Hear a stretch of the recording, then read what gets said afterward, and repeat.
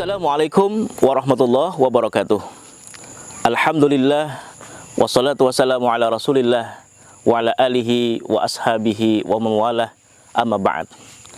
Pemirsa budiman yang dirahmati oleh Allah Subhanahu wa taala, Ramadan disebut juga dengan Syahrul Quran, bulannya Al-Quran, di mana di bulan Ramadan ini Allah Subhanahu wa taala menurunkan Al-Quran sebagaimana firman Allah Subhanahu wa taala di dalam Al-Quran surah Al-Baqarah ayat 185. A'udzu billahi minasyaitonir rajim. Syahrul Ramadan alladzi unzila fihil Qur'an hudal linnasi wa bayyinatin minal huda wal furqan. Di mana Allah Subhanahu wa taala menurunkan Al-Qur'an adalah sebagai hudal linnas, sebagai petunjuk buat umat manusia. Artinya kalau sebagai petunjuk, maka Al-Qur'an harus kita ambil, harus kita jadikan sebagai pedoman di dalam kehidupan kita, baik secara pribadi, masyarakat, dan juga bahkan negara. Salah satu contoh misalkan ketika kita mau jalan ke suatu tempat, pasti kita akan mengikuti arah tujuan atau arah jalan, pedoman jalan, agar kita bisa sampai ke tempat yang kita inginkan. Maka oleh karena itu, Allah Subhanahu wa taala menciptakan kita ke alam dunia ini tentunya dengan seperangkat aturan, yaitu aturan Islam, aturan Allah Subhanahu wa taala. Pemirsa budiman yang dirahmati oleh Allah Subhanahu wa taala, di mana syariat Allah, syariat Islam itu mencakup 3 dimensi.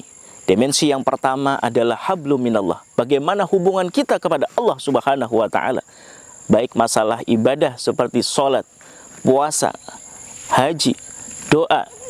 Ini adalah hubungan kita kepada Allah. Pertanyaannya, apakah dimensi yang pertama ini sudah diamalkan oleh kaum muslimin? Alhamdulillah, sudah diamalkan.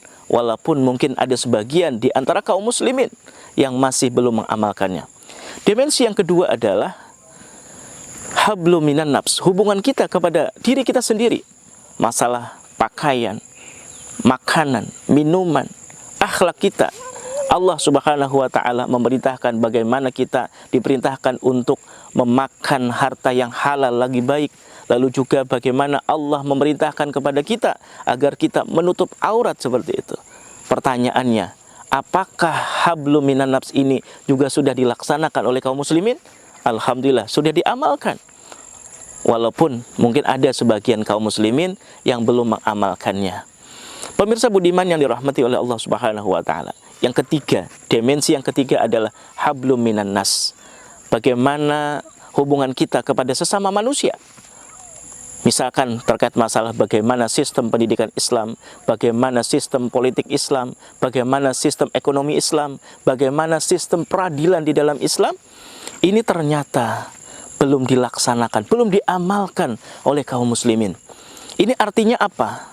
Artinya kaum muslimin masih mengambil sebagian, ingkar terhadap sebagian yang lain.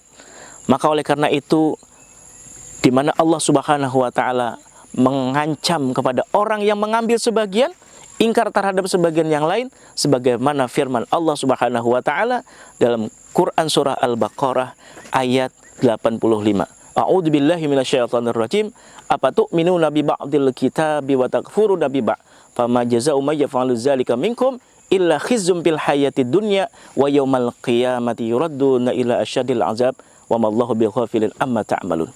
Maka orang yang mengambil sebagian atau beriman kepada sebagian dari Alkitab, ingkar terhadap sebagian yang lain, 2 balasan Allah. 1, khizyun fil hayatid dunya, dia akan mendapatkan kesempitan di dalam kehidupan dunia, kesengsaraan di dalam kehidupan dunia, dan di akhirat kelak akan mendapatkan siksa yang sangat berat dari Allah Subhanahu wa taala. Tentunya kita tidak menginginkan ini. Maka oleh karena itu, Al-Fakir mengajak kepada seluruh pemirsa, seluruh hadirin, ya, agar kita kembali kepada Islam secara utuh, menyeluruh, agar kita menerapkan syariat Islam, syariat Allah secara total di dalam kehidupan kita, agar kita tidak termasuk orang yang diancam oleh Allah, yaitu mendapatkan kesulitan di dalam kehidupan dunia, dan di akhirat kelak akan mendapatkan siksa yang berat dari Allah Subhanahu wa taala. Mudah-mudahan momentum Ramadan tahun ini menjadikan kita menjadi insan yang bertakwa kepada Allah, agar segera kembali kepada syariat Allah, agar kita mau diatur dengan hukum-hukum Allah, agar kita mendapatkan keberkahan kehidupan baik di dunia maupun di akhirat kelak. Demikian, Assalamualaikum warahmatullahi wabarakatuh.